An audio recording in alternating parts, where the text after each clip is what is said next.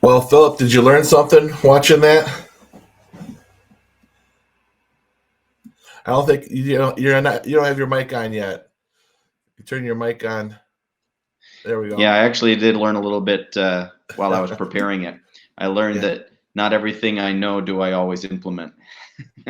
Yeah, there was a lot of great content there, and just so that everybody knows again, if you want to, you can download the notes. A lot of great notes, and the notes encapsulate everything that Philip had to say in this.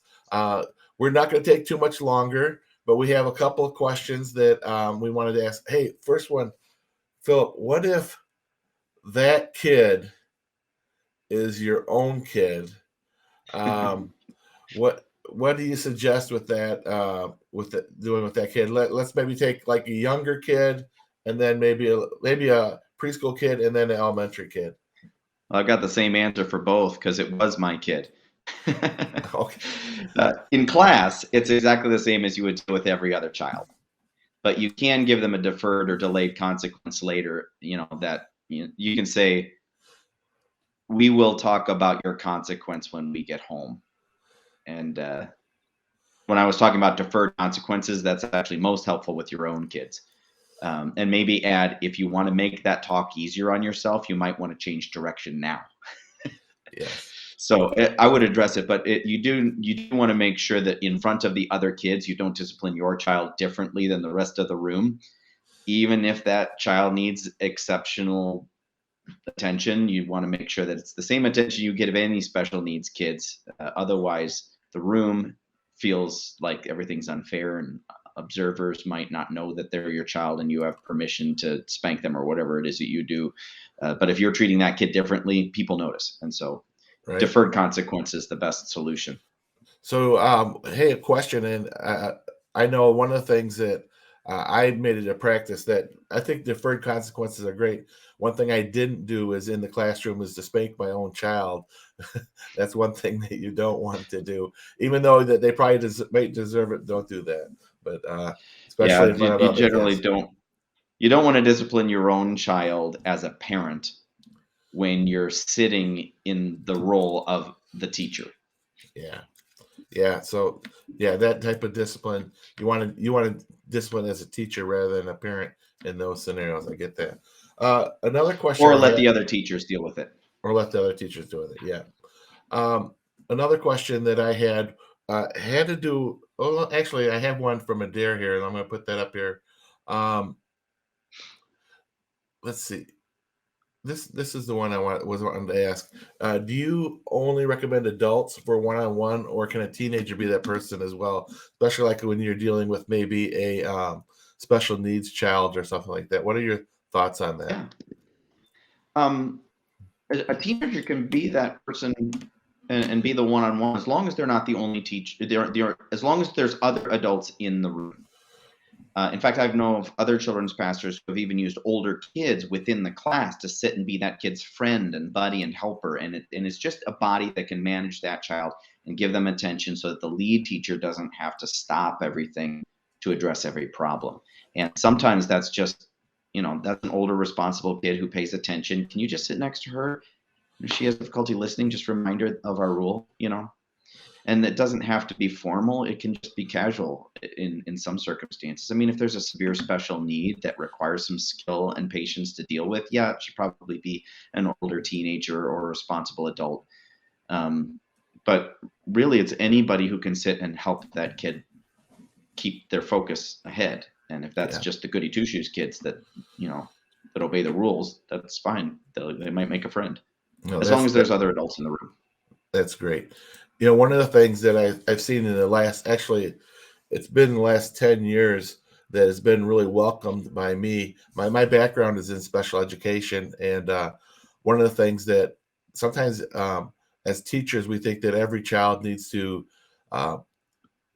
act the same way in the class, behave the same way, have the same attention span even in the class. And I've really appreciated the fact that sometimes we have children in our class who are learning, who need maybe a special space, or they need those fidget toys and things like that. A lot of times when I started in kids ministry, that we'd tell kids you can't bring anything into class, and I get sometimes things are a distraction, but for some children they need something to hold on to physically. And so I appreciated your talking about that. That was a welcome.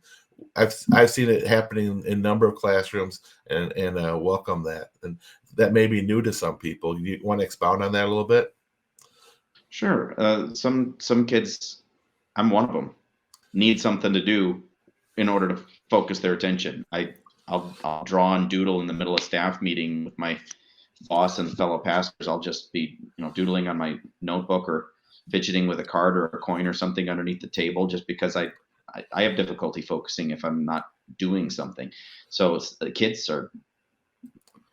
sometimes need to pace and walk if they've got ADD. Otherwise, they're going to explode, and you don't want them to explode in the service. So give them a space where they can release that energy in an appropriate way. But I would guard against just letting any kid bring in any toy, because, like you said, it can be a distraction. I taught in seventh grade school one time that brought out a bin of fidget toys and said, "Okay, anybody who needs them, use them."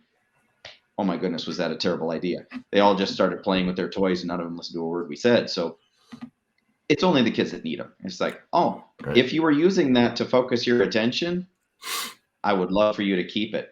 But it seems to be more of a distraction that's keeping you from paying attention. Maybe I should hold on to it until after class. Yeah. So yeah, use it appropriately. And another person asked if every class should have that space, that safe place for kids who need it. And I would say only if the kids need it. I wouldn't create a space in every class for something that's not needed. That's a waste of resources. But if you notice that every class has that kid who just is beside themselves with anxiety because they need to do something, or they can't focus because it's too loud or whatever it is, you can create spaces for as many kids as need it. Yeah. And another thing that you brought up, and I really appreciated, was the idea of it is incorporating the caregiver at various times in various situations. Do you have a rule of thumb when you know that maybe you need to talk to the parent or grandparent or whoever the caregiver is? Is there something that is a rule of thumb for you on that? The general measure I use is whether or not the class is still learning. Like if they're a distraction for a moment, or we've got a 5-minute episode every week, that's not a big deal. If the kid is misbehaving and talking, but in general, it's just something that we manage and the rest of the room can still focus, then I just deal with it in the classroom.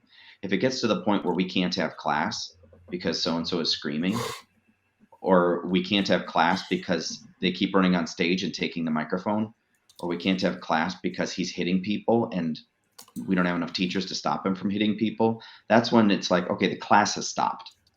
We've now ceased to have class, and it's just a group of 6 kids watching the teacher manage one kid's behavior. And that when the entire class stops is basically my measure for when I need to pull it in the guardian. Yeah. One of the things that I found is oftentimes I could handle the situation or scenario for the moment, but oftentimes afterwards I would bring in the parent and just talk and say, hey, this happened in our class. Do you have some ideas to help me with that scenario? And typically they say, hey, I'm dealing with the same thing. What can we do? And so I've always found that parents almost most of the time are just, they want their children to have a positive experience in your class, and they're going to be your ally, and they're going to want to have things work out as well. So I've always said incorporate them when you need them, but never shy away from bringing them. It's because they could be part of the solution to that child's talking behavior. about the issue after class is different than bringing them in to sit with their kid, Right. So if I would consult parents that, so and so is just, for the last 6 weeks, he's just been always walking and we can't get him to sit. Is there something we should know, or is a tool that you use to get him to sit down when he needs to? Those kinds of questions are very appropriate, and most parents welcome that kind of question. Yeah. So there are a few other questions, but we're really running long on time. Philip, I just wanted to say thank you for sharing with us your wisdom. The classroom management is something we can all get better at. And I think the biggest takeaway that, and everybody needs to know, the number one thing is preparation, preparing your It's class. 90% of it. Yeah, and if you're prepared and if you're ready to go and if you're ready to teach and you have engaging material, classroom discipline is going to be much easier, and the classroom management is going to be much easier. So I think that's the biggest thing, is that we are ready to go. That, if we have a class on Sunday, we're not doing a Saturday night special, getting ready, but just spending the week in prayer, getting things ready for the class. Being prepared is one of the things I like to say, but also preparing yourself mentally and with the resources you need, and not just showing up and all of a sudden you're not ready.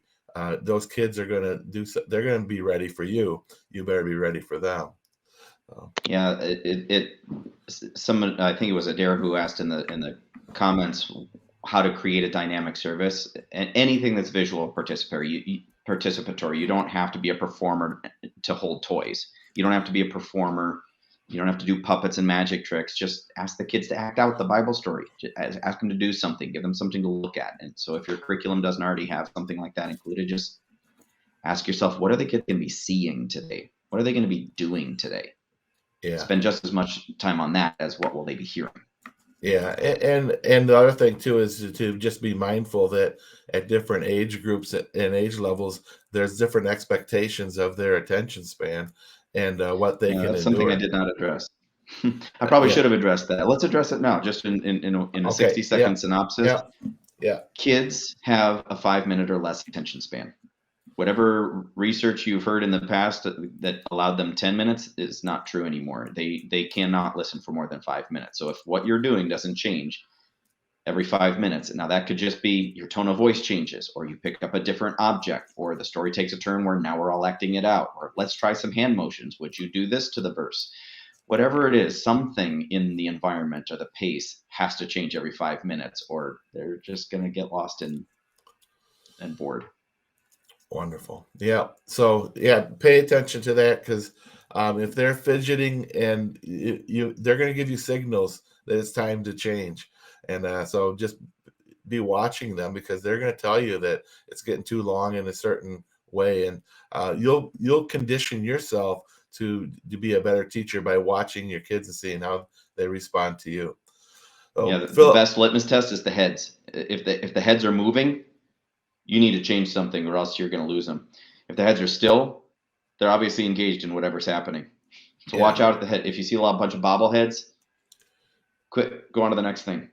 Yeah. Yeah, and it's okay that you might not be done with the thing you're doing. If it's appropriate, move on to the next thing. Don't continue to make the kids in a position where they're going to cause a problem. So, excellent. Oh, we're grateful to have you with us, Philip, to kick off this first Kidmin Training to Go. We have our next one coming up on March the 8th. We're doing a missions panel and talking about developing a heart of compassion in kids. That's going to be pretty fun. It's going to be a bunch of people on that one. It's going to be led by Jen Hewitt. For those of you that are wondering, everything here is recorded, and churches that are participating in the Kidmin Training to Go will be able to download this in the next couple of days. Well, thanks again for everyone for joining us, and God bless you. And if you have any questions, please feel free to send them to us at our office. You can write to me at mark@wnmdag.org, and we'd be glad to answer any of the other questions you may have. Thanks again, Philip. God's blessings to you and to everyone. Blessings.